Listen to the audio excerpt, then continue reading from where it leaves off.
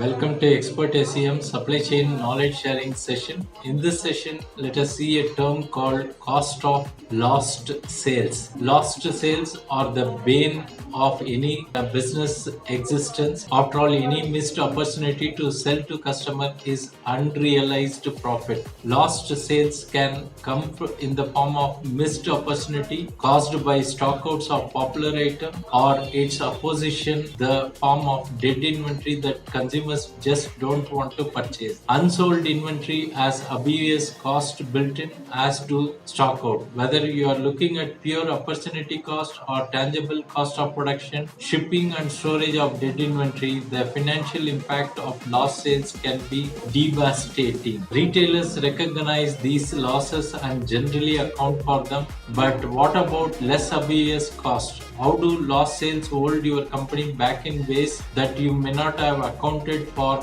and how can you mitigate their impact? The following are the three often hidden costs of lost sales that can have a major impact on any business. Lost sales make your supply chain less efficient. Lost sales are not just the result of inefficient supply chain, they are a cause of further inefficiencies. After running out of a popular item, companies will often rush additional production or expedite shipping to restock quickly. This decreases margin, which sometimes pays off due to sheer popularity of items. Other times, however, demand for products cool and businesses end up eating even higher cost. Lost sales can hurt your company's sustainability. Sustainability is everywhere today. It is easy to call sustainability a passing corporate buzzword, but the truth is consumers are increasingly demanding transparency about the sustainability of brands they purchase. Nielsen reports repeatedly confirm that consumers are increasingly prefer to purchase from only sustainable businesses and are willing to pay more for the products made sustainably. Conversely, news of unsustainable practices does lasting damage to the businesses. Lost sales ultimately reflect